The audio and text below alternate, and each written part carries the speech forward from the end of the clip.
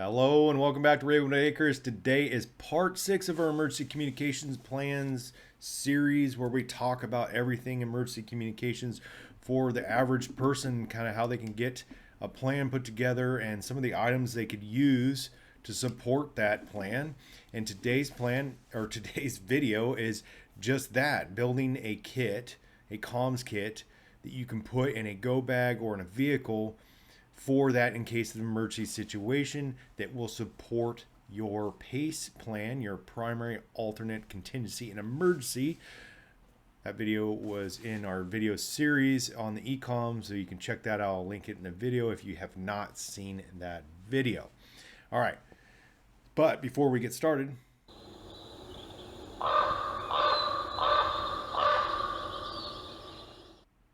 hey, if you guys are enjoying this series or other content that we create here at Ravenwood Acres, please hit that subscribe button. It helps us out.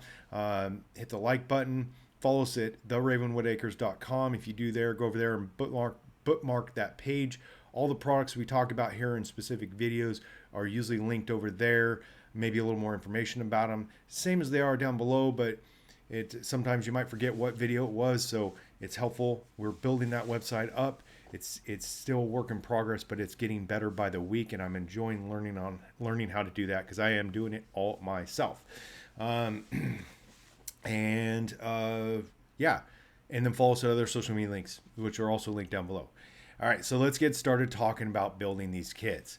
As I mentioned, you need to have the plan first, and if you yourself made the plan without having a conversation about the plan with the people in the group that you want to maintain contact with in an emergency, then it's not a plan. It's just an idea. So you can come up with it all you want. You just need to sit down and talk to your family members or whoever it is that you are trying to maintain contact with and discuss it, because yeah, that's a single point failure if you're the only one that knows it. Okay, let's move on to how do we build these kits. All right, so I'm going to provide you two example kits. One to support your cell phone, say, as your primary method of communication, and another to support like a handheld radio like this Baofeng UV5R. And however you're utilizing it, the kit doesn't, it doesn't matter how you're using the radio. Well, it kind of does, but I'll use these examples.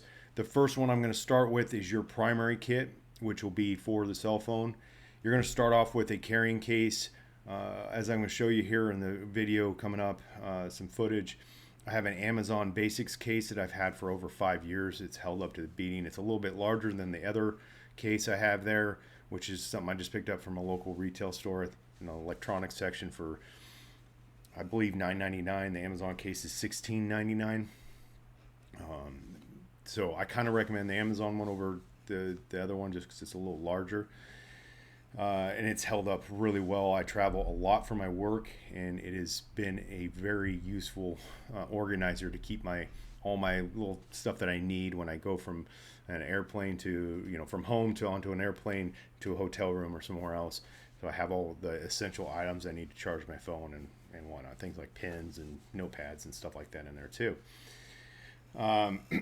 So to move on with the kit for your cell phone, support your cell phone, I'm going to be using Anker products because those are what I use and have been for years. I'm not affiliated with Anker.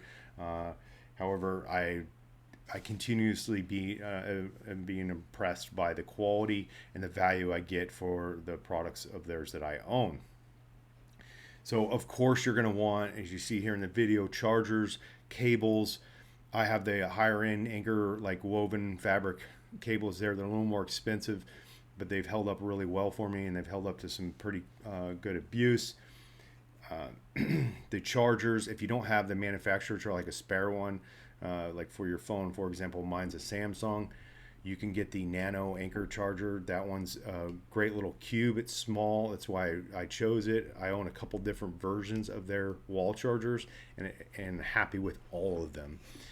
The biggest thing is if you own them, especially if you don't have them hidden away in a kit like this, people tend to walk away with them. Guests, and you leave them in the workplace. People realize they're a good charger, and all of a sudden they disappear. So put your name, engrave your name on them or something. a and of course you're going to want a car charger for your 12 volt cigarette lighter adapter or port.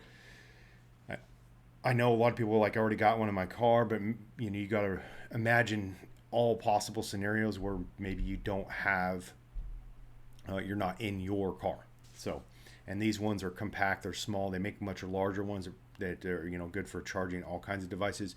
Pick what works best for you. This is an example. So last but not least is a power pack or power bank. The one in the video you saw there earlier is the Anker Power Core 26,800 milliamp pack. It's a little bit of a beast for a kit like this. So if you're looking for something smaller, I would recommend the 10,000 milliamp one. The Anker makes, they're pretty slim, so easier to pack in a little kit like this.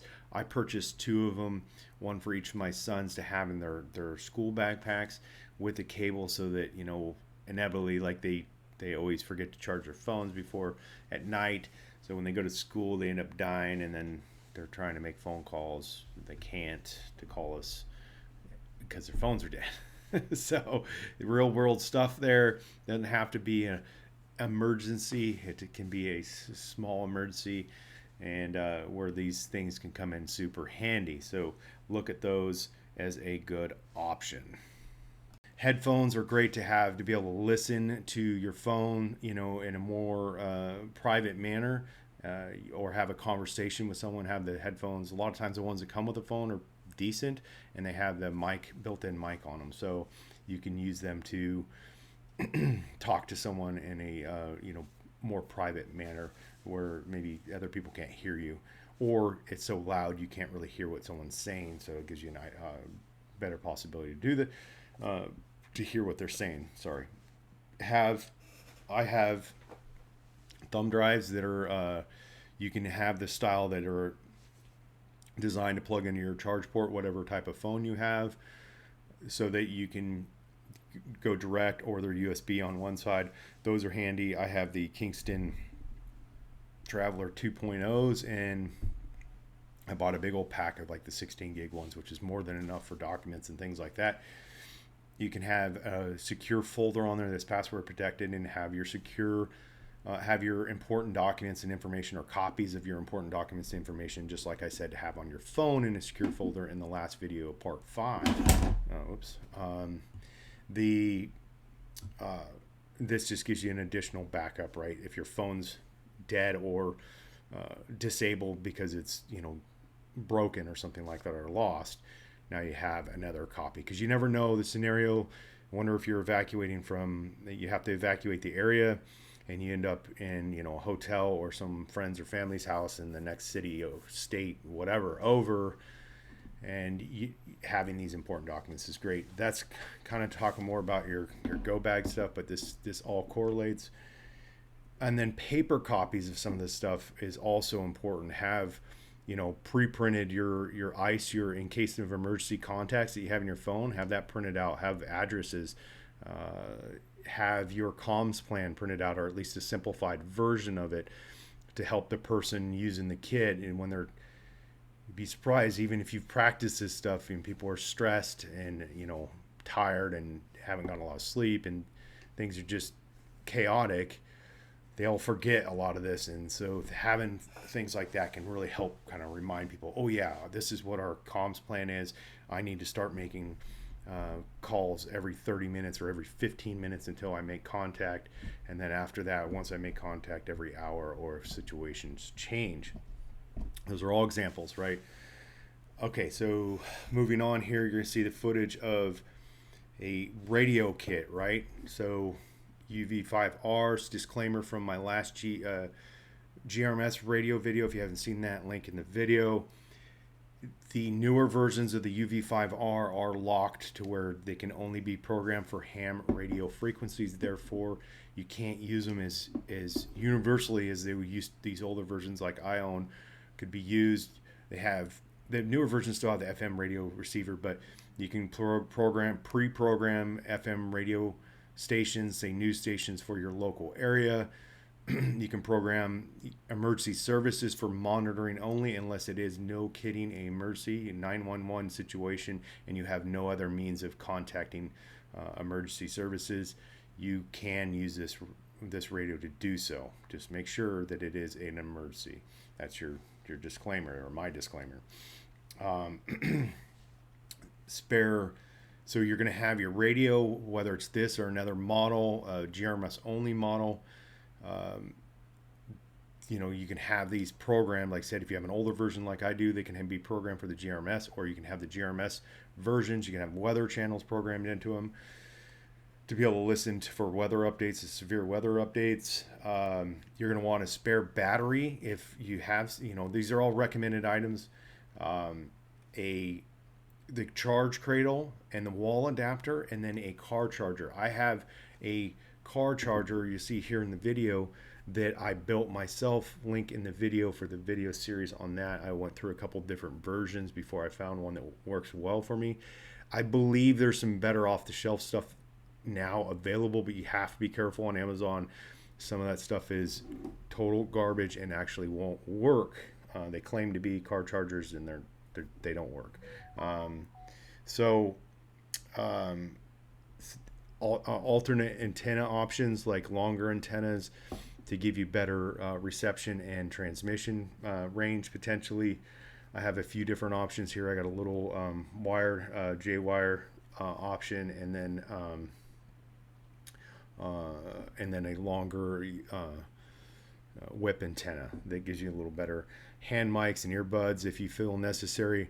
And then, of course, I have a little instruction manual that might be helpful. And in addition, I would say just the same thing as you would have in your cell phone kit is having a listed, your what frequencies you have pre-programmed into there, what they are and what they're for that family member and yourself, to remind you, oh yeah, channel 1 is this, channel 2 is this, whatever. And, hey, I need to listen to weather right now. It seems like weather's getting worse.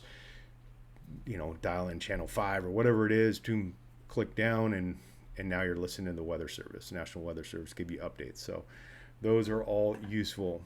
Okay, so I hope you guys found this series useful. I tried to keep it as short as possible, but there's a lot to cover here and there's lots of options. So that was the whole point, is to give you some things to consider while building these kits for your plan. Like I said, you're going to build them for your plan. They'll probably continue to develop. A key, like I mentioned in the beginning, these need to be kits that are standalone, that you don't tap into, so they need to be extras. And I know there's a financial cost to that, so it might take you a while to save up for, but I think that it's worth saving up for. It just depends, I guess, how important being able to talk to those people that you want to talk to is to you. So consider that. Once again, if you appreciate what we've got going on here, you've enjoyed this content, you enjoy our other content, please subscribe to the channel, hit that thumbs up. Having questions or comments, whatever, put those down below, and have a great day.